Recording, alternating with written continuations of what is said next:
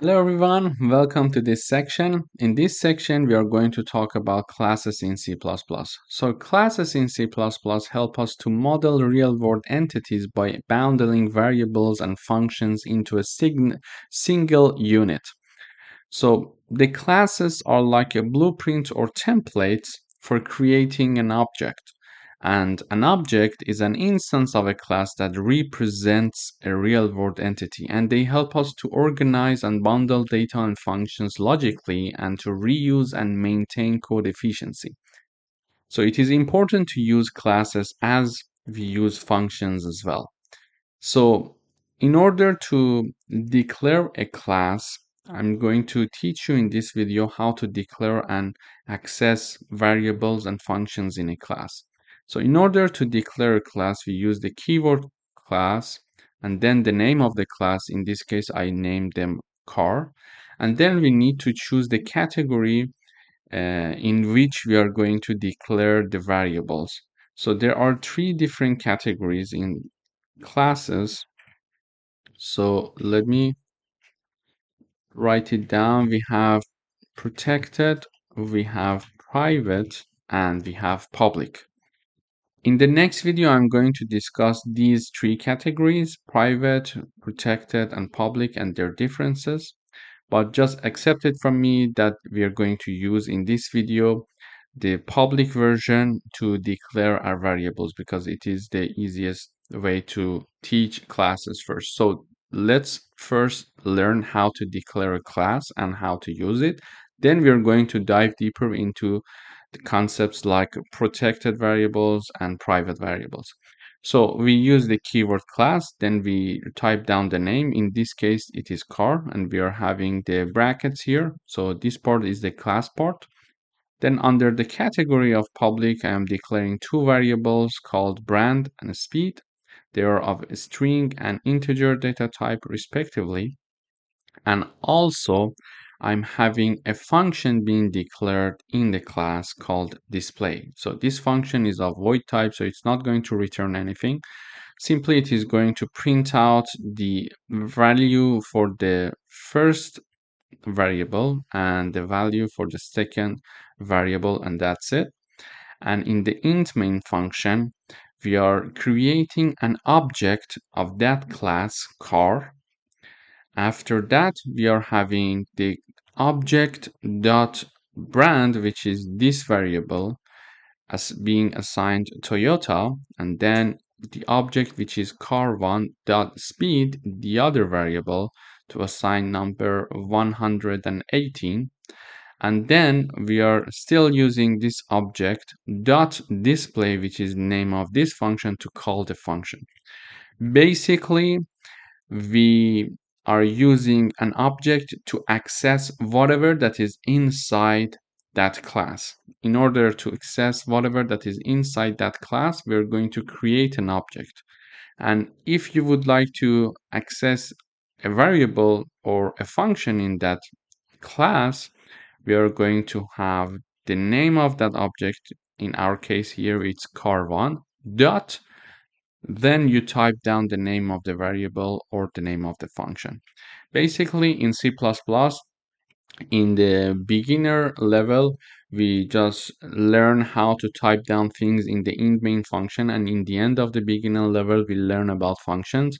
So we ask functions to do certain part of the code for us. So the main function will become very clean and clear. So it helps to have an efficient code to have functions, and we call the functions in our main function to do some certain part of the coding or certain part of the mathematical operations for us.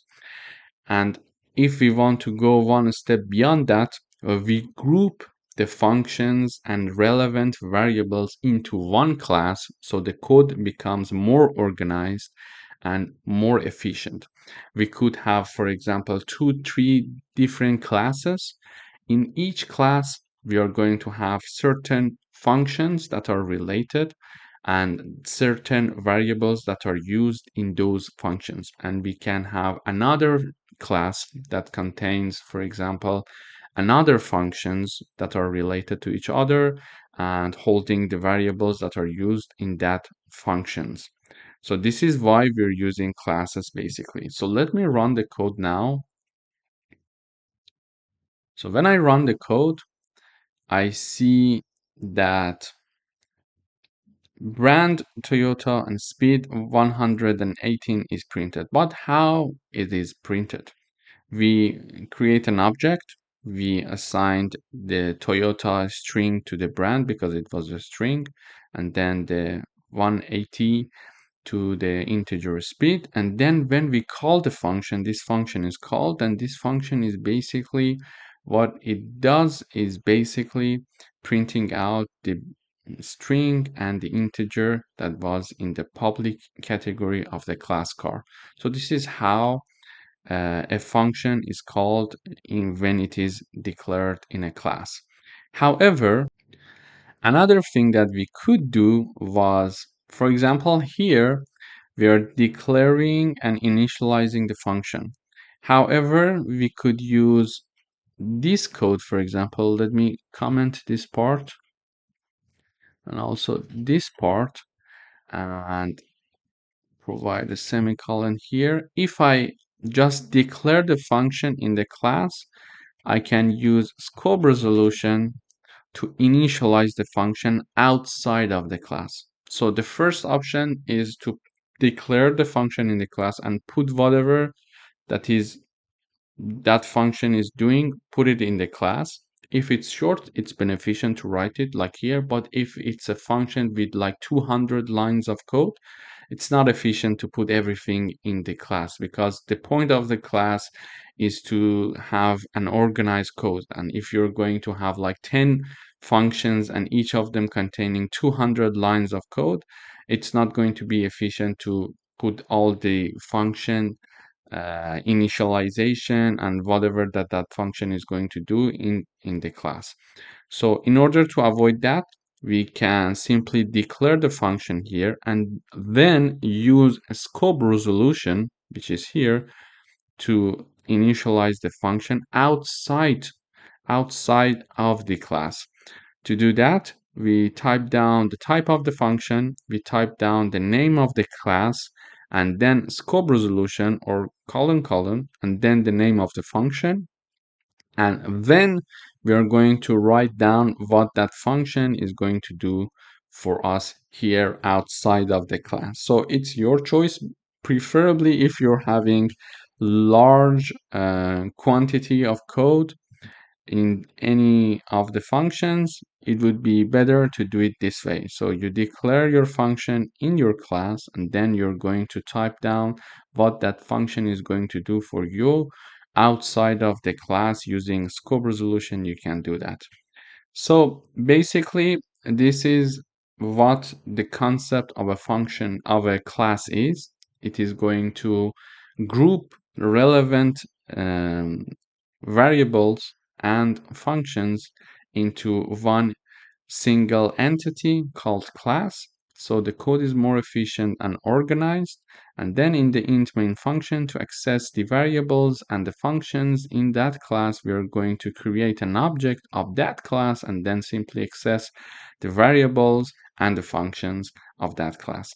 Thank you for watching. In the next videos, we're going to dive deeper into the concepts of the class, and also we're going to talk about public, private, and protected variables. Thank you for watching. Hello everyone, welcome back. In today's video, we're going to review private variables in a class. So we would like to write a program that declares a private variable within the body of a class, and we are going to have two functions, one get function and one set function. The set function is going to help us to access the private variable outside of the class, and the get function is going to calculate the area of a circle. So here you see that I am defining a class called circle. I'm having one private variable called radius. It's a float data type. And in the public part, I'm having two functions. The first function is a set radius function. It's a void type, so it's not going to return anything and it accepts one argument r. So basically, when this function is called, the argument that is passed in the parentheses for this function is going to be set to the radius variable here. So we are going to use this set radius function to set a value for this private variable outside of the class. And then we are having another function called getArea, and it is going to do some calculation for us. This function is going to calculate the area of a circle with a radius that is already set here, and this is the formula for the calculation. Okay, so let's jump into the int main function. Here I am creating an object called C from the class circle, and I'm calling this function. In order to call this function, I'm writing down the name of the object, which is C dot the name of the function, and this function requires one argument, and the argument is 5. So I'm setting number 5 to be the value of this radius variable, which is a private variable. How? By calling this function. I'm calling this function with the argument 5, which is here, and this argument is set to be the value of the radius variable, which is the private variable here. Okay, and then in order to show the area of the circle with radius 5, I'm calling the getArea function, and getArea function basically is going to have the 3.14 multiplied by radius, which is the formula of the area of a circle, and do the calculation for me and return the output. So let me run this code. So the area will be 78.5. Basically, in this code, what I did was I created an object, I called the function. So when I call this function, let me type it down here, radius equals 5. Why? The reason is I'm calling this function with the argument 5 here. So this 5 is set for the radius variable, which is this variable, which is the private variable. So because it is a private variable, it is not directly accessible from the int main function. We need to access it through a function that is defined within the body of this class. Okay, so I'm setting number 5 for the radius, and then I'm calling this getArea function to do the calculation for me. So basically this function is going to return the output of 3.14 times 5 times 5. Why times 5? Because the radius was already assigned the value 5, and it is going to do the calculation for me and return the value, and the returned value is going to be shown here in the output. So when I run the code, you see area in the terminal and then the number that is calculated using the getArea function. So in this lecture, we reviewed how to declare a class and private and public variables, and then how to set a value for a private member of a class using a set function, and how to have an output using a get function for that private variable in a class outside of the class. Thank you for watching. Hello everyone, welcome to this lecture. In this video, we are going to talk about public, protected, and private variables and how and when we should use them in a class. So we will start with private variables. They ensure data encapsulation by restricting direct access to sensitive data. For example, if we need to access a private variable outside of the class, we need to define a getter and setter function to maintain data integrity and access these variables. However, for protected variables, they are restricted to outside of the class code, but we can still access them if we have a class derived from current class. So using a protected variable, we can access the protected variable of a class if we are in another class that is derived from the current class. Okay, so it discusses the topic that is called inheritance that we are going to learn in advanced classes. And for example, if we would like to discuss private and protected variables, we can have, for example, when we use private variables, when variables should not directly be accessed or modified, even by derived classes. So ensuring strict encapsulation. For example, we can discuss the bank account balance for private variables. And for protected variables, we use them when variables should be hidden from outside code but accessible in derived classes for further customization. So let me start with an example in the code and implement this so we can understand it better. We have a class called example here.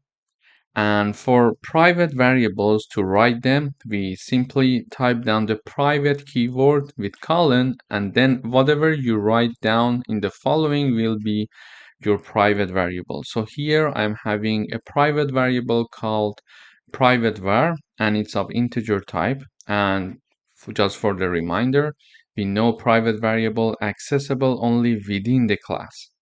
And for protected variables, in order to declare them, we have the keyword protected, and then whatever you write in the following will be your protected variables. And they are accessible within the class and derived classes. That these derived classes we are going to learn in advanced courses, not in this course that is upper intermediate level. And then we are having the public variables that are accessible from anywhere. So in the previous video, we learned about public variables that I'm going to give you another example in this video as well. But we know that they are accessible from anywhere. And our public variable is called public var. Our protected variable is called protected var. And our private variable is called private var. And in order to access private and protected variables, we discussed that we need to have getter and setter methods or function here. Okay? In order to do that, we are having a setter and a getter for private variables and a setter and getter for protected variables. What they are going to do is the following. So for a setter for private variable, we are having a function called setPrivateVar. It's a void type, so it's not going to return anything. And it has one argument that is integer. Basically, when we call this function with one argument, it is going to set that value of the argument that is passed to our private variable. So we use the setter function to initialize our private variable. And in order to show our private variable, we use a getter function. So we have a get private var, it's of integer type, and it's going to simply return the already initialized variable in our value for the private variable. Also, the same thing, the same logic happens for the protected variable. We are having a function of void type. It is accepting one integer argument here, and whenever we call this function with one value in the parentheses as the argument, it is going to set that value for our protected var, which is exactly this variable here. Okay, so we are setting a value for this protected var. This is why we call it a setter function. And for the getter function, for the protected var, basically we are simply returning the already assigned and set value for that private protected variable. So let me clear all of this with an example. So we defined a class here. We have one private variable, one protected, and one public. We have setter and getter for private variable. We have setter and getter for protected variable. Okay. So in the int main function that is here, we are creating an object of the example class. In order to access our public variable, we can do it directly using a using our object. So we type down obj, which is our object here, dot public var. Public var is the name of our public variable. When we are having obj.public var, we can basically set the value 10 for this variable. So they are accessible outside of the function. However, if I do the same thing for the private and protected variable, we are going to have an error. So let me uncomment this part. You see that it shows a message saying that private var is a private member of example. So we cannot directly do this here. And also we are having it is a protected member. So we cannot directly access private and protected variables outside of the class. In order to access them, we need to use our getter and setter function. First of all, let's talk about private variables. In order to access our private variable, we need to first set one value for it and then print out the output using a get function. To do that, we are having the object of the example class dot, and we are calling the function set private var. So this is this function, okay, that is going to set a value for our private variable. So we are calling the function set private var and passing the value 20. When I'm calling this function, the code comes up here and see this function here. So 20 is passed. So 20 is going to be assigned to the private variable, to the private var here. We could not directly access this private var outside of the class. However, now I created an object of this class, and using that object, I am calling a function of this class, and because this function is within this class, this function can access to this private variable. This is why when we are calling a function with an argument of, for example, 20, it is going to set that 20 for that private var. It is accessible within the class, and this function is indeed in the class. That is why this function can do that for us, and we cannot do it directly here. Okay, so I'm setting this value 20 for my private variable, and in order to show the output, I am having the cout and message to the user private var variable via getter, and then I'm simply calling the get function. I'm typing down the object that is created obj dot get private var function is called. So when I call this function is going to basically return the already set value for this private var. So it is going to show number 20 here. The same logic goes with the protected variable. So I'm having the object dot set protected var with the argument 30. So it is going to set this value 30 to the protected var, and then it is going to, using a get function, get protected var, it's going to return the output of the protected var for us. So if I run the code, we see that, okay, so here I'm having the private variable equals 10. So the public variable equals 10. So the public variable directly accessible outside of the class. Then I'm having my private variable via getter, which is 20 here. And then I am having my protected variable via getter, which is printed here using this line of code. So to summarize, we can access our public variable outside of the class basically anywhere directly. So no problem about public variables. However, with respect to the private variables and protected variables, they're not directly accessible from outside of the class. With respect to the private variables, they are only accessible within the class. So if we want to assign a number to private variables, we need to have a getter or setter function and setter function to assign a number to this variable and show out the output for us outside of the class. We need to call the function, and the function is inside the class. okay, and do the job for us. With respect to the protected variables, they are following the same logic basically. However, they can be accessible through either inside the class, inside the main class, the current class, or inside a class that is derived from the current class, okay, the mother class, okay. But this topic, which is inheritance, I'm going to teach you in the advanced level. This is not the topic for the upper intermediate level. So this is how we can access different variables in a class. Thank you for watching.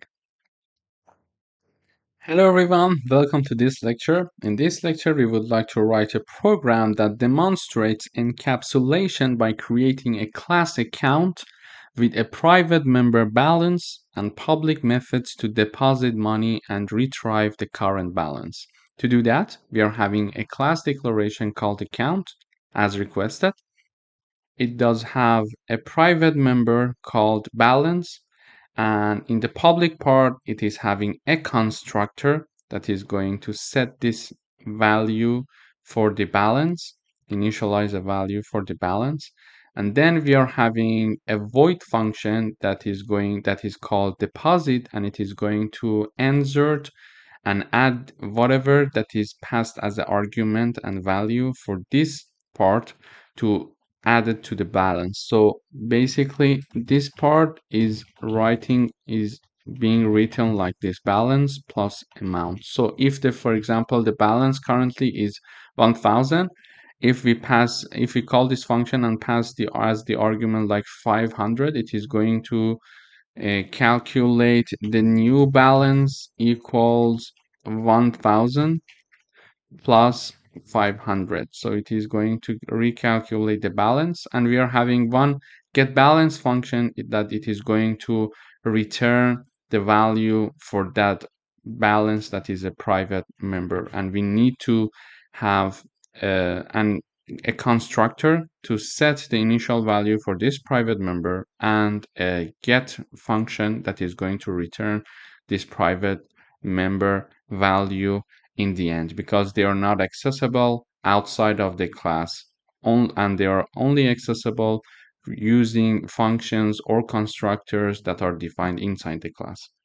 So to do that, we are having an object called ACC that is of account type. An object of this account class is created, and because we are having a constructor, when I'm having this number as the argument in parentheses when creating this object, basically automatically the initialization of construction is done, and this 1000 that is passed here is going to be set to the balance private member. And then I'm using the object which is ACC dot deposit, that is I'm going to call this number saying that okay, I'm going to deposit certain amount of money into my bank account, and I'm passing 500 number as the argument, which is the amount here. So the balance, the new balance equals the previously value that were defined and initialized for balance plus the amount. So previously it was defined to be 1000, which is here because balance was set to be 1000 using this constructor. And when we were initializing the object, we set the balance to be 1000 plus the amount that we are passing to this deposit function, which is 500 in our case, which is 500 here. So 500 is passed as the argument. So the new balance is going to be 1500. And then we are printing out the balance output. So balance output is accessible only through a function because it's a private member of this class. So I'm calling the object, which is ACC dot the function name get balance, and basically it is going to return the value of the balance in the output. So let me run the code. Okay, so the output is 1500. So let me review the code one more time. I am creating an object called ACC of this account class, and I'm having this 1000 number here. Why I'm having this number here? Because I'm having a constructor that is accepting one integer value. So if I don't have this number, I'm going to have an error, for example, as you see here, no matching constructor for initialization of a count, because we are having a constructor and this constructor is accepting one argument. We need to pass one argument to this constructor. It could be any number. I'm just by default saying 1000. And this 1000 is set to be the value for the balance. Okay, this line of code is exactly doing this line of code. Okay, it's the other way of writing this. Okay, and when having this, it means that I'm having balance equal to 1000, because the constructor account is going to accept one integer, and that integer is 1000. And that 1000, which is b here, which is called here, the argument is called b, that b is set for the to be the value of the balance. It is written either this way or this way. So meaning that balance is now 1000, which is a private member. So the constructor does the initialization for us. Okay. Then I'm calling, using the object, I'm calling the deposit function. This function is accepting one argument that is of integer type. So I'm passing one argument 500, and it is going to do a simple calculation for us. Balance plus equal amount. Balance plus equal amount exactly does this for us. Balance equal balance plus amount. So the new balance equals current balance plus the amount. And current balance is 1000 because we initialize it using a constructor, plus the amount. Amount, what is amount? Amount is the argument of this function. And this function is called with the 500 argument. The argument, the value for the argument is 500. Therefore, balance now is 1500. Okay, the new balance is this one. And then balance is calculated, but we cannot directly access this balance. Why? Because it's a private member. So to review, we can see that I cannot access this balance. You see, it says balance is a private member. This is why we cannot directly access it. If it was a public member, we could directly access it, but here, because it's a private member, we cannot. Therefore, to do that, we need to have a get function here. So a get function that is defined in the body of this class can access any member of this class, including the private variables. So this function is going to basically return the balance variable value for us. So I'm calling this function. So I'm counting balance in the terminal, then I'm calling the function using the object called acc dot get balance, which is the name of the function, and it is going to return the output of the balance for me. Basically, this is how we can work with a private member of a class. Thank you for watching. Hello everyone, welcome back. In today's video, we are going to talk about constructors and destructors. We're going to do a coding exercise with respect to them. So first, let me start with the introduction. What is a constructor? A constructor automatically initializes an object when it is created from a class, and it ensures object data members have valid values before use. And destructors are going to automatically release resources like memory when the project is destroyed. And it prevents a resource leak like memory leak and ensures proper cleanup. And when we're going to compare constructors and setter functions, constructors are used for automatic initialization at the time of object creation. However, setter functions are used to modify values later during the object's life cycle. So both can coexist depending on the use case. And the key properties of a constructor is that they are going to have the same name as the class name, and they're not going to return anything. They're not even a void type, and they are going to automatically called when an object is created and cannot called as explicitly like a normal function. So let me give you an example. Here I'm having a small example here. I'm having a class here, and I'm having a main function here. The class name is called rectangle. It has two private members that are length and width. And in the public part, we are going to have a constructor and a destructor. How do I know that it's a constructor? In order to realize that it's a constructor, you should check its name. So the name is the same name as the class name. So when we are having the same name as the class name, we realize immediately that it's a constructor. And when we are having a tilde sign before the name of the class, within the body of the class, we realize that it's a destructor. And here, basically, this constructor is getting two values. Here, it is taking two integers, and that are called L and W. And then these L and W are set to length and width respectively, that are private members of this class.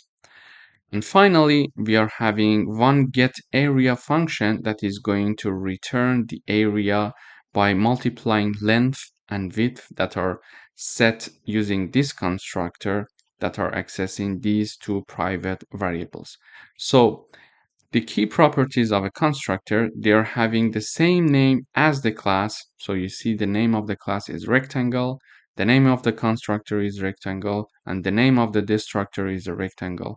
But when we are having the tilde sign before the name, we realize that it's a destructor. When we don't have that sign, it's a constructor. And it no return type, not even a void. So you see that it does not have, for example, int before the rectangle name. It does not have the void before the rectangle name. So no return type, not even a void. And it is going to automatically called when an object is created. We'll learn about this in the main function, and cannot be called explicitly like normal functions. So these two we are going to check in the int main function.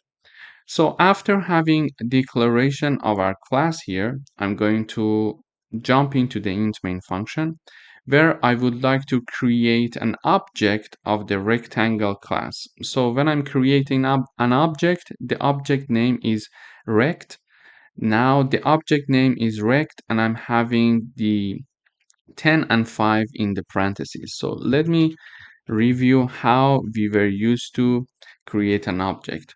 So here, for example, let me object, for example, here, when we were having not having the constructor and destructor, we could create an object with writing the name of the class and then the name of the object.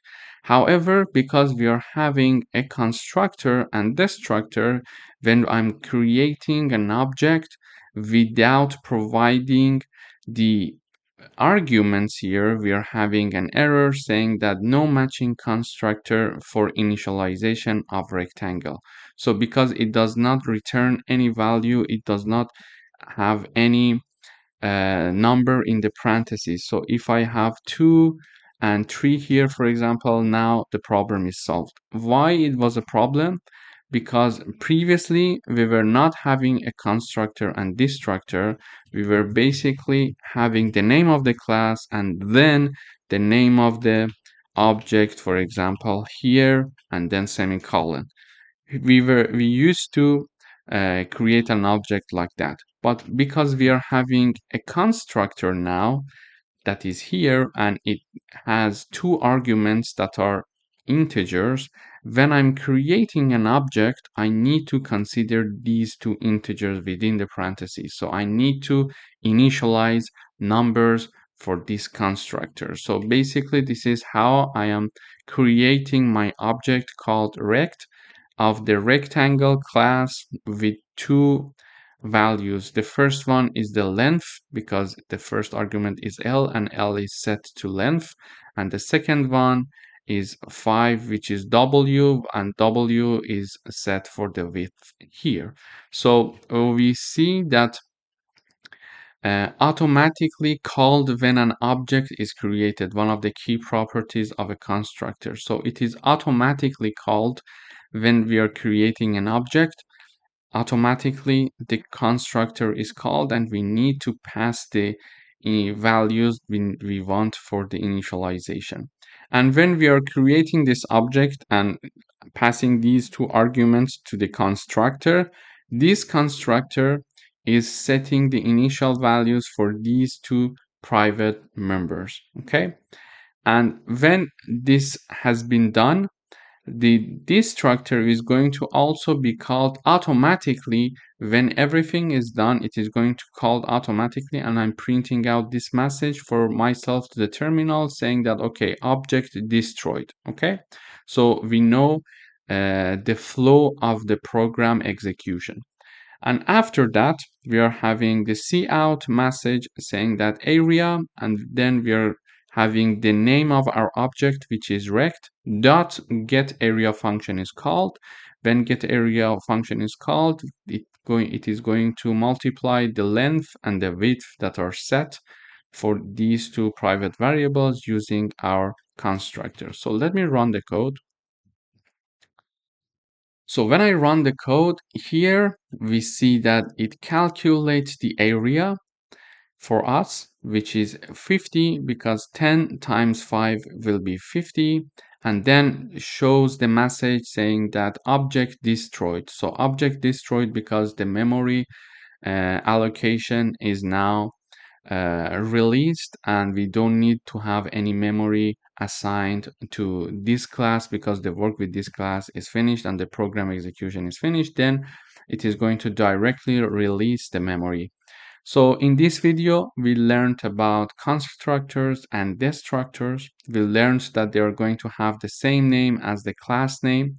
They are not going to be of any return type, not even a void, and they are going to automatically called when an object creation is done, and we are passing the arguments for the constructors, and automatically the destructor is going to be activated when the program execution is finished with this class. And also we learned that we cannot explicitly call them like a function that we are calling here. For example, this is the line of code that we call this function, but we cannot explicitly call this constructor. But during the object creation, they are automatically called, basically. So it was a very good example of how we can work with constructor and destructor in C++ in a class. Thank you for watching. Hello everyone, welcome to this lecture. In today's video, we would like to write a program that demonstrates the use of a friend class by creating a display class that can access the private and protected members of the box class. Basically, a friend class is needed when another class requires direct access to private and protected members of a class. So it allows tight coupling between two classes for specific operations while maintaining encapsulation in other contexts. So let me give you an example. Here I'm having one int main function, one display class, and one box class. I'll start by the box class. So this box class is having one private member, that is length, and one protected member or protected variable, let's say, that is width. And in the public part, we are having the constructor here that is going to initialize the length and the width that are these two private and protected variables of the class. And also we are having a friend class declared here. So we are having class display and we're using the friend keyword here. So we're declaring this display class as a friend of this box class. Okay. Then I'm having this display class being declared, and in the public part, it is having one void function, and it is accepting in the argument, it is accepting an object of the box class, and it is basically going to access private and protected members of the box class using the object that is created. So b.length and b.width is going to help us to access the private and protected variables of the main box class. So as you see here, this function is of void type, so it's not going to return anything, and it is accepting an object of the box class as the argument. And using that object, we are accessing private and protected variables of this box class here. So let me jump into the int main function. So here we would like to write a program that initialize values for these two variables, length and width, and then access these two variables using this show function that is in a class, a friend class display. To do that, I'm creating an object B of the class box, which is the first class. And because it has a constructor accepting two arguments, I'm setting the length and the width. Length is the first argument, so 10 is going to be assigned to length, and 20 is going to be assigned to the width because W is the second argument. So the second argument, 20, and W is going to be assigned to width. So this is how we are initializing these two private and protected variables of class box. Then I'm creating an object for this display class that is called D, and I'm going to call this show function. In order to call this show function, because it is in the display class, I'm using the object of this display class that is D. So d.show is how I'm going to call this function, but this function is accepting one argument, and the argument is the object created from the box class. So, and the object created from the box class is B. So let me review it one more time. In order to call this function, I need an object from this display class, which is D. So I created an object called D from this display class. So I'm typing down D dot show, which is the name of the function, and as the argument, it is accepting an object from the box class. And the object from the box class is B. So this is how I'm going to call this function. And basically, when this function is called, it is going to use that object that is passed as the argument to access length and width of these variables, private and protected variables of the original box class. And it is possible to do it because the display class is a friend class to this class box. So if I remove this friend keyword, we will see errors here. Why? It says that length and width are private and protected members, and they're not accessible in this class. But when I'm adding this friend keyword, it allows me to access these variables. So let me run the code. So when I run the code, I see the output length 10 and width 20. So length 10 and width 20. Basically, in this video, we learned how to declare a friend class for our main class and how from that friend class access protected and private variables of the main class. And also we learned how to declare and initialize a function in the friend class and access and pass the argument of the first class object. In other words, we learned how to call this show function. In order to call this show function, I am having an object from the display class, which is the class that the show is declared in that one. So, and then the name of the function, then this function requires the object that was initially created from that main box class. So we learned these points in this video. Thank you for watching. Hello everyone, welcome to this lecture. In this lecture, we're going to write a program that declares a friend function that is not a member of the class, but can access its private and protected members. So here I'm having a class called box. I'm having one private member called length, one protected member called width, and in the public part, I'm having the constructor here that are setting the length and width for us. And also we are having a friend function that is of void type. Its name is display dimension, and the argument, it is going to take one object of the box, which is the name of the class. And the void function basically is going to access the length and the width that are private and protected members of this class box. But this function that is here, display dimension, is a void type, but this function is a friend function of this box class. Normally, a function that is defined outside of the class cannot access anything inside the class. But a member function of the class can access anything that is in the class. But in this case, we are having a friend function.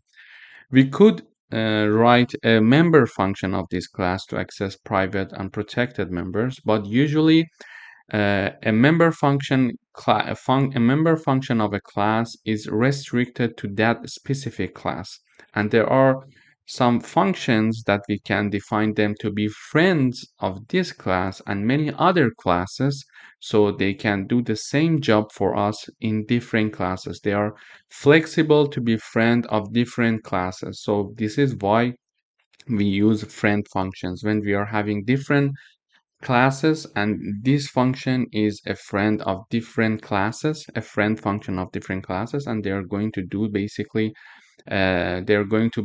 do the same job for us. For example, this is an example only. So here I'm creating an object called b from the box, and I'm initializing two variables, 10 and 20, which are the length and the width. And here, instead of writing down length equal L and width equal W, we can initialize them like this. So length in the parentheses, we type down L, and width in the parentheses, we type down W. This is another way for initialization. They're going to do the same job basically. So we could either type it like this or type it like this. For example, L, and in the next line we could write width equal W, just like the previous video's example. And then when the object creation is done, the constructor automatically is going to be built and set these two values for length and width that are private and protected members of the class box. Then finally, we are going to call our friend function, and we are going to pass this object as the argument. So this object of type box is passed as the argument. This is why when we were initializing this function here, not only we were writing down a friend keyword to mention that this is a friend function, but we were having the argument to be of type box. So because it is going to pass an argument that is object of this box, which is in our case is b, because b is an object created of the type box, which is the name of our class. So basically this function is taking the argument as the argument is taking the object of box, and what it is going to do is the following. So the name is display dimensions. It's a void type, so it's not going to return anything, and it is accepting an object of box. So what it's going to do is basically see out and showing the message length, and then using that object that is passed as the argument can access the length and the width that are private and protected members. If we were not having this friend keyword here, it was not possible to access these two variables. You see, it says that length is a private member of box class and width is a protected member of box class, so we cannot access it. But when we are having this friend keyword, it shows that this function is a friend function of that class, so it is accessible for this function to access the private and protected members using an object created of that class. So if I run the code, we expect to see the length and the width of that are initialized using a constructor here in the terminal. So let me run the code. So exactly. So when I run the code, we see length and width is printed 10 and 20. But how? Let me review it one more time. So we are creating an object here of the box, which is called B, and we are using a constructor. A constructor automatically is initializing this 10 and 20, which is here. The constructor is here. So the first argument is L, which is initialized to be the length, the private member, and the second argument, which is 20 here is W, and W is the width that is setting the value for the protected variable here. And then I'm calling the display dimensions and passing that object as the argument. So this function is a friend function of this class, so it is possible to access the private and protected variables of that class as well. So this function is going to use that object, created object, that argument that is passed as that object that is passed as an argument. It is going to use that b dot length, b dot width, and this way it is going to access the private and protected members. So when I run the code and this function is called, we are having this message length 20, length colon 10 and width colon 20. Basically, the same values that are initialized using this object and constructor. So in this lecture, we learned about friend functions and how these friend functions can be useful to access private and protected variables of a class. Thank you for watching. Hello everyone, welcome back. In this lecture, we are going to write a code that demonstrates how to declare a class and how to create two objects of that class. So we are basically going to review the class creation and object creation from that class. So we are declaring one class here. The class name is person. We are having two public variables, that is one name and the other one is age. Then in the int main function, we are creating two objects, p1 and p2, from that class person, and we are assigning the name of the first object to be Alice and the age to be 25. We are also having the second object name to be Bob and the second object age to be 30. And in order to print out the output, we are having the cout p.name, then p1.name, p1.age, and p2.name and p2.age. So let me run the code first.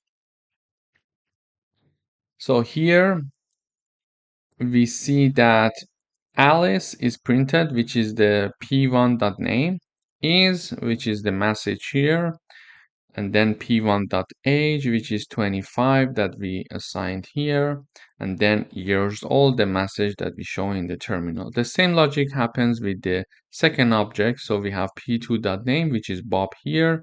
So Bob is printed, then is the message that we print in the terminal, and then we are having the p2.age, which is 30 that we assigned here, and years old is what we are typing down in the terminal.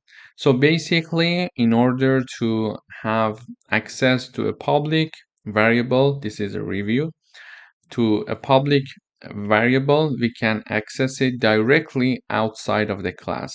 To do that, we created two objects. Each object is assigning a name and age.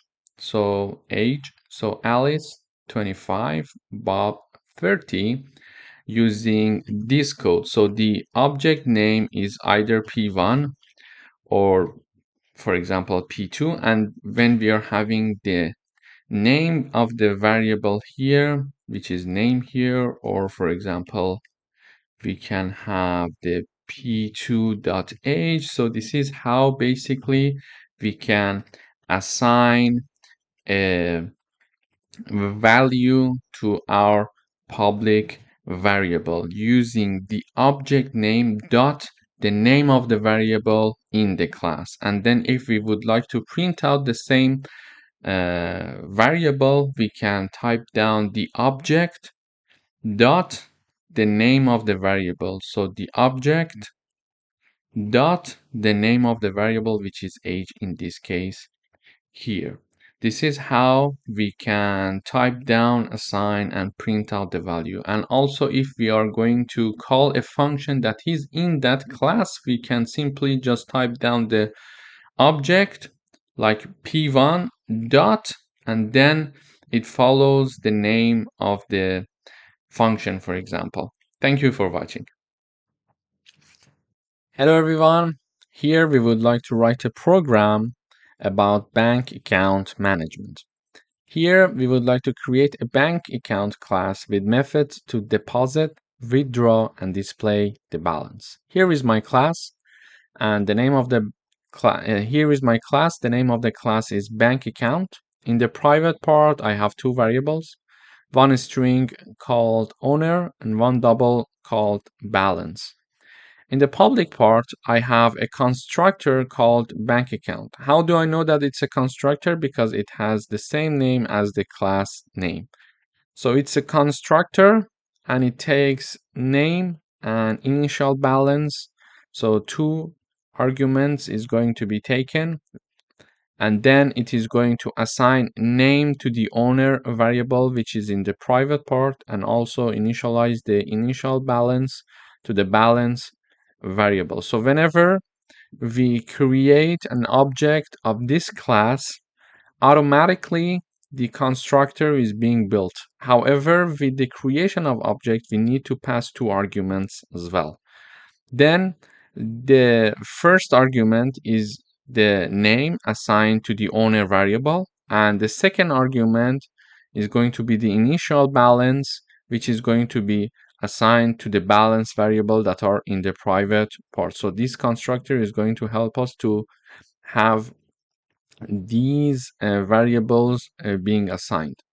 Then we are having one function that is called deposit, and it's a void type, so it's not going to return anything. So it is going to just show a message to us. And when we call this function, we need to only have one argument that is of double type. And basically, it is going to take the balance and add that amount money that we are entering to the already existing balance. So this code equals amount exactly equals this code, balance plus amount. Okay, so the amount, for example, is being set, so the balance is being set with the constructor. So for example, let's say 100 is the initial balance, and then we are calling the deposit function with the argument of 500. So 500 plus 100, the balance will be 600, and basically this part is equal to this part. They are the same. It depends on what you want to choose. And then we are going to show this message saying that we deposited, for example, $500 in the bank account. Okay, we are going to go through it with numerical examples as well, but I'm just now trying to explain the code. Then we are having a void function here that named withdraw, and it is going to get as argument one double called amount. Okay, here when we want to have the withdraw, we check to see if the amount is lower than the balance, lower than or equal than the balance of the account. So if we have, for example, 600 in the bank account, we would like to withdraw, for example, 200. We check to see if 200 is lower than the balance of our account, which is 600, for example, and then reduce that amount from the balance. Okay, so this line is going to say amount equals 600 minus 200. So now amount equals 400. So this is basically what we are going to do, and show this message to the user withdraw and show that this amount was withdrawn. However, if the amount is not lower than or equal to balance, it means that the amount is larger than balance. So we cannot withdraw some amount of money from our bank account if the amount is larger than the balance. So we're going to show this message insufficient balance if this has happened. And finally, we are having another void function called display balance. And using this function, we are going to show the name of the owner that was initialized using the bank account constructor, using the constructor of this class, and then the balance in the output. So this is what our class is going to do. Here in the main part, I'm having an object called account created from the bank account class. And because we have a constructor and the constructor has two arguments, when we are creating the object, we need to have two arguments.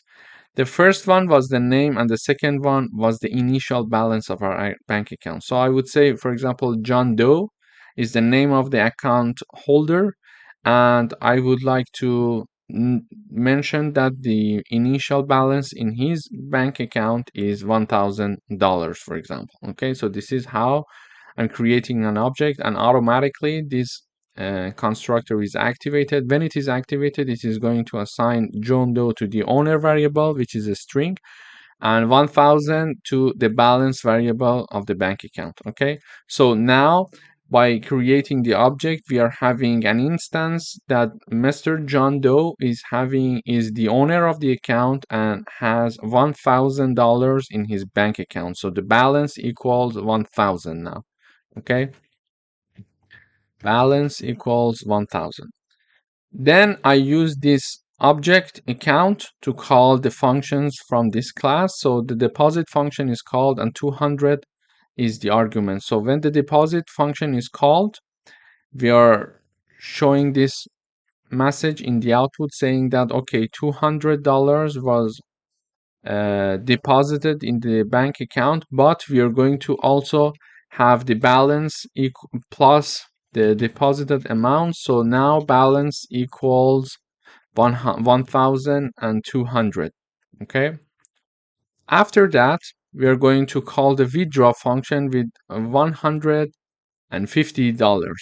So the withdraw function is called. First, we check the amount, which is 150, with the balance. So 150 is lower than 1200. Yes, it's true. This statement is true. 150 is lower than 1200. Therefore, this statement is true, and therefore this part of the code is going to be executed. So 150 is going to be reduced from that to 1200. So 1200 minus 150, we are going to have balance equal to $1,050. Okay.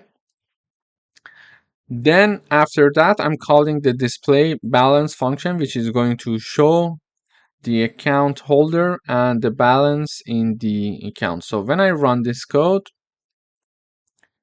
we see the message deposit 200. So the deposit 200 is being printed out in the output. Why it is being printed out in the output? Because we call the deposit function. So the deposit function with this argument is called, and then the deposited message in this part is being shown in the terminal. Then the withdraw function is called with the argument of 150, and 150 is lower than the current balance, which is 1200. Therefore, this statement is true. Therefore, we are going to reduce it from the balance, and this message is being shown in the output, withdrawal of $150.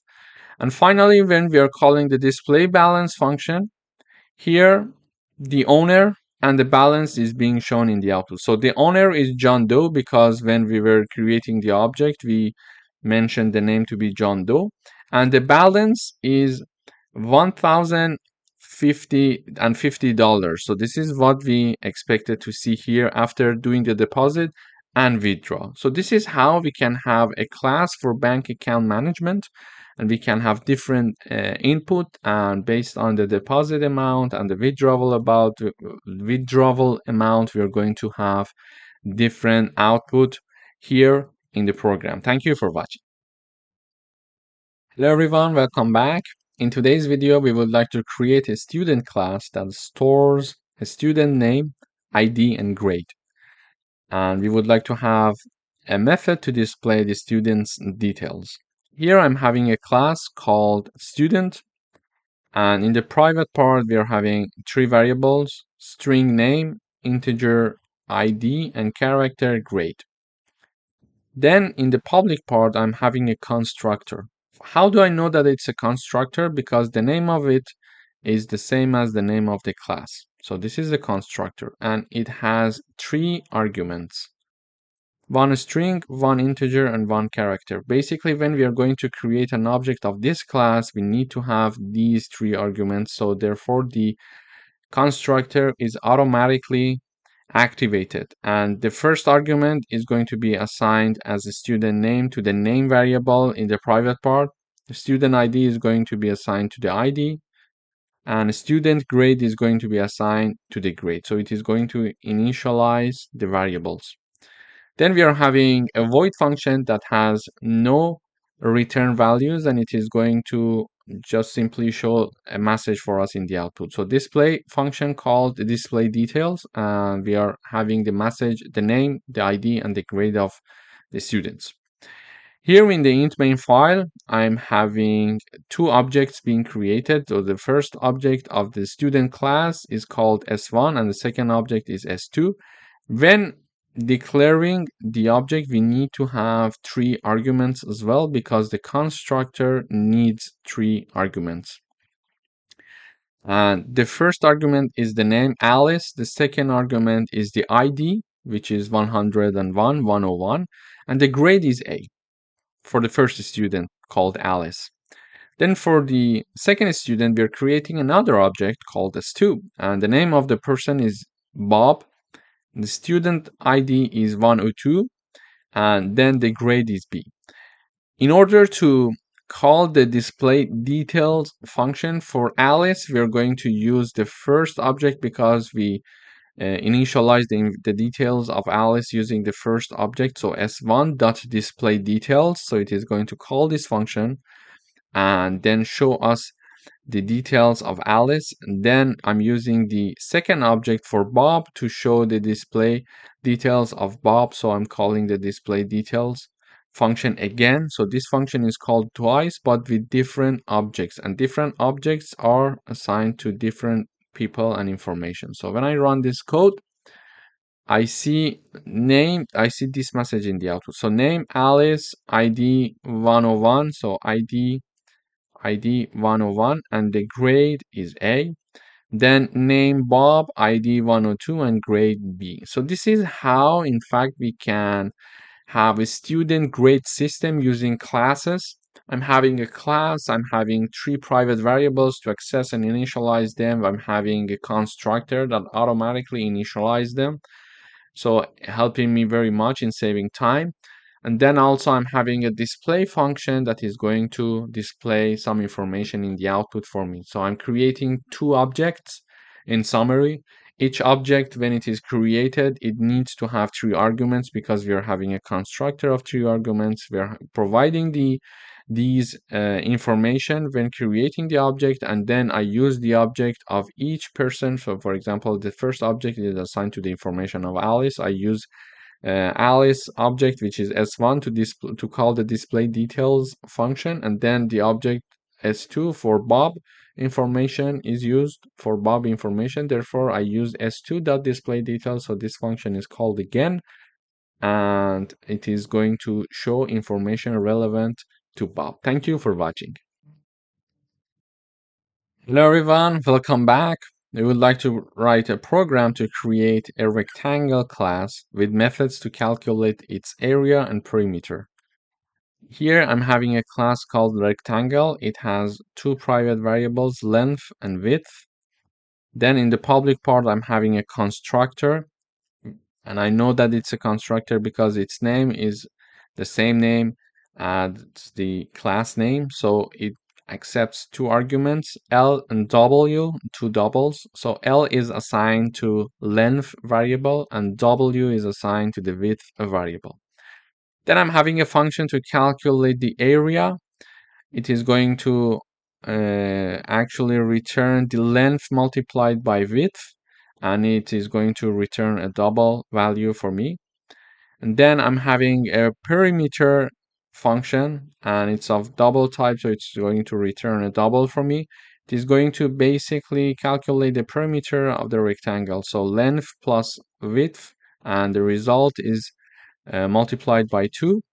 Then that output is going to be returned. So here I'm creating an object from the rectangle class, and the object name is R, but because we are having a constructor, we need two arguments when creating our object. So I would say the length of this uh, rectangle that I'm talking about is 10.5, and the width is 4.5. So 10.5 is assigned to L, then 4.5 is assigned to W, then L is assigned to length, and W is assigned to width. Therefore, we initialized these two variables. Then I'm having this message in the output, so area and perimeter, and use the object R to call the area function and perimeter function here, okay? And when the area function is called, length multiplied by width, the return of this, the output of this multiplication is going to be returned here and shown here. Then when I call the perimeter, it is going to calculate this for me and return the output. So when I run this code, we see that the area equals 47.25 and perimeter equals 30. So we see that we are having an object of this class and assigning these two variables to these two numbers to these two variables using a constructor. Then each function is going certain job for us. So area function is just multiplying length by width, and then the perimeter is going to calculate the perimeter of this rectangle for us and return the output here when I run the code. Thank you for watching.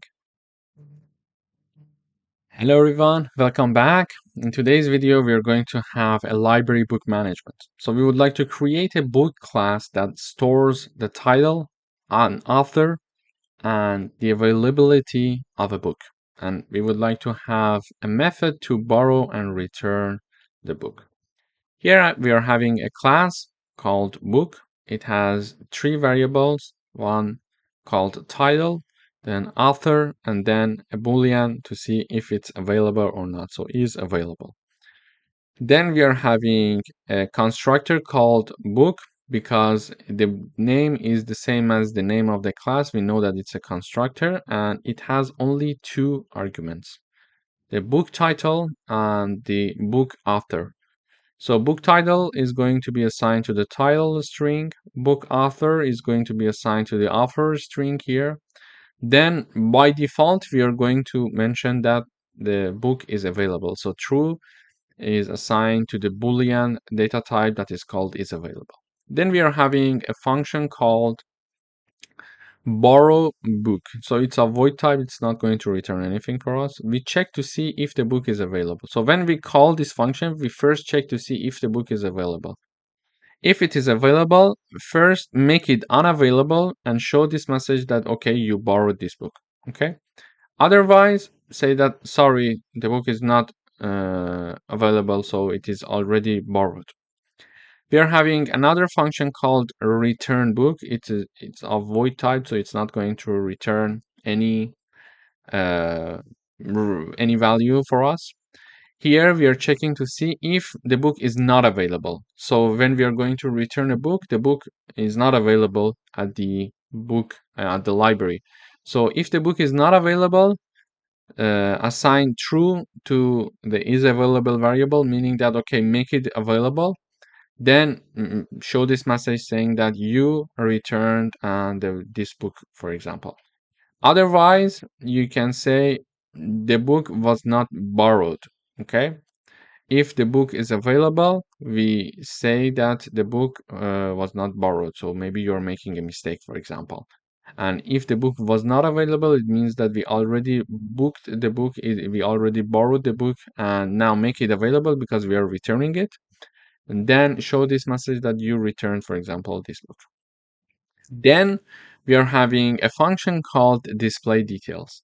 So this function is going to print the title of the book, the author, and the availability of the book. So it is going to check if the book is available. So if this statement is true, it is going to return the book is available, this message. Otherwise, it is going to return not available message in the output. So this is a ternary condition here that we see. Ternary is used to shorten the instead of if conditions, because if conditions are longer than them, but in single line we're using a ternary operator to have our condition being executed. So if this statement is true, is available equals 0, show this message available. Otherwise, show not available. And the condition is separated by a question mark from the two potential output, and two potential outputs are separated by a colon. Then in the int main function, we are creating an object from the book class. So the class name is book. We are creating an object called book. We can have B, for example. For the sake of simplicity, I put B. So we are creating an object called B from the book class. When we are creating, because we have a constructor, and constructor is taking two arguments, so the name and the author. So I would say the name Harry Potter, then the author is J.K. Rowling. Then using this object, I'm going to call the function. First, I'm going to call the function to display the details. So I would like to see if this book is available or not. So it is going to show the title, author, and availability. Then I'm calling the borrow book function. So I'm checking to see, okay, if it's available, make it unavailable and borrow it to me. Then again, display the details to show you the details that now it has become unavailable. Then the return function is called return book and make the book available because it was unavailable because I had borrowed it before, and show this, okay, you return this, and again display the details.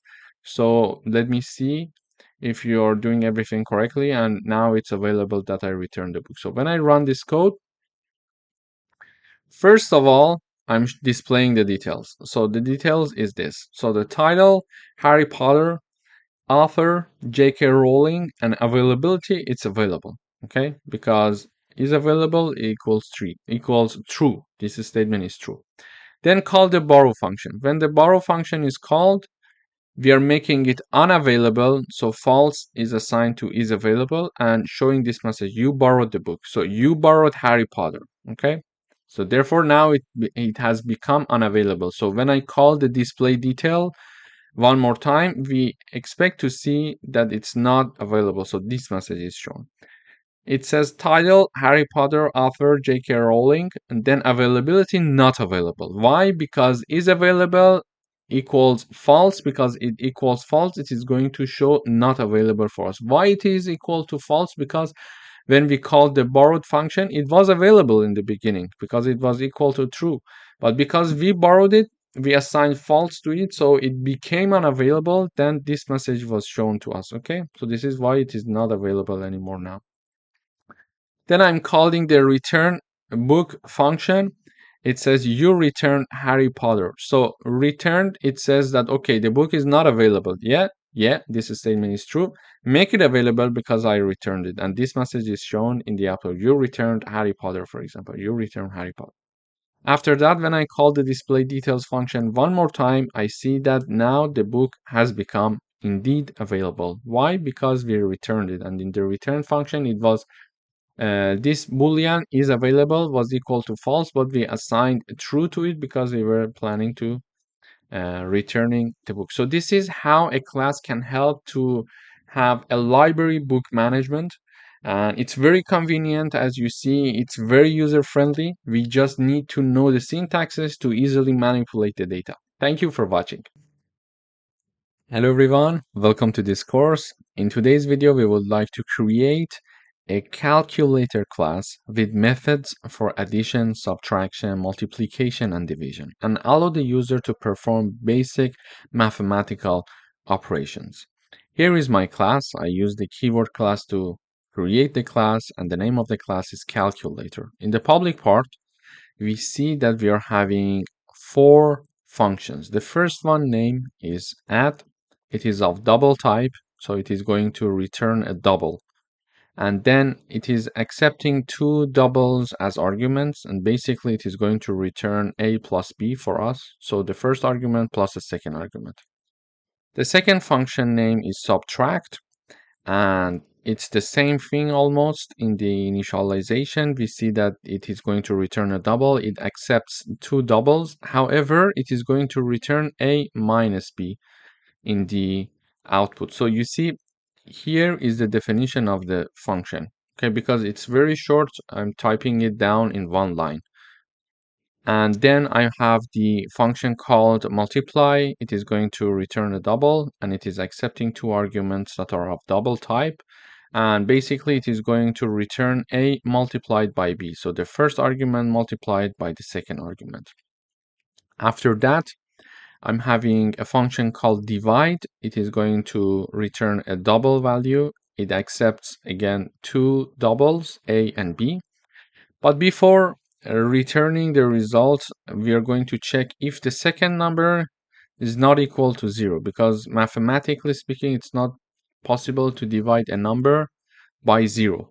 Therefore, we are going to check that first. So if b is not equal to 0, return a divided by b. Otherwise, if b, it means that if b equals 0, return an error, show this message to the user, error division by 0. So they know that they entered the wrong number. Here in the main function, in order to use these functions of this class, I'm having an object being created from the calculator class. So this object is called C. I have two variables that are of double type, and they are called num1 and num2, and I'm having a character called op. So I'm going to show this message to the user, enter an operation, either addition, subtraction, multiplication, or division. So we are going to ask this from the user, and we are going to store the user input in the op variable. Then I'm going to ask the user to enter two numbers, okay? After that, the numbers that the user is going to enter is going to be stored in num1 and num2. After that, we are having a switch statement. And in parentheses, we are having the OP. So depending on what operation the user is going to enter, is going to choose, let's say, we are going to have different cases. So in case the user is going to enter, for example, addition, we're going to implement this line, okay, this line. For subtraction, this line. For multiplication, this line. For division, this line. And if the user is going to enter, for example, an operation apart from these four, we are going to fall in the default case which says invalid operation. So if the user is going to enter addition, we are going to use the object of the calculator class to access the add function, which is this function here, okay? And pass these two numbers that we read from the user as the argument, and this function is going to basically add these two numbers and return the value in the output. So the output will be showing the a plus b. Then if the user is going to enter, for example, subtraction, then this case is going to be implemented, and in this case we are going to use the C object from the calculator class again to call the subtract function. This function is going to return us a minus b, and these two numbers are passed to this subtract function as arguments. Then the return would be a plus b, a minus b, sorry. The same logic goes for multiply and divide, and if the user is going to enter any operation apart from these four that we showed here, it is going to fall in the default part, and it is going to show this message in the output saying that invalid operation. So when I run this code, it asks me to enter an operation. So here is the program being executed. I mentioned addition, so enter two numbers, I would say 2 and 4. It says the result is 6. So I entered addition. Here, OP equals addition, and the case addition is activated now because they're equal. And then the function add is called, and num1 and num2 that are 2 and 4 are passed to the add function, and as the result we are having a plus b, which is 2 plus 4, and the result is 6. So if I run one more time, I choose, for example, minus, I would say 5 and 1, the output is 4 because the subtract function is called. If I have, for example, the multiplication operation, I would say 2 and 3, the output is 6. And if I have division, for example, and I have the first number is 5, the second number is 0, it says error division by 0, because we mentioned that here we are going to check if the second number does not equal to 0. If it's not equal to 0, return a divided by b, otherwise return this error, that this error is shown in the output as you see it here. So if I have, for example, now 10, oh, sorry, I had to choose the operation first. So if I choose the division and then this first number is 10, the second number is 2, the output is 5. Basically, it is going to divide 10 by 2 and the output equals 5. So this is how we can have a class, and within that class we are having 4 functions, and each function is going to do certain operation for us, and in this case they are addition, subtraction, multiplication, and division. And based on the user input we are going to call the function and do the operation on the arguments that are the numbers that the user is going to enter as input. Thank you for watching.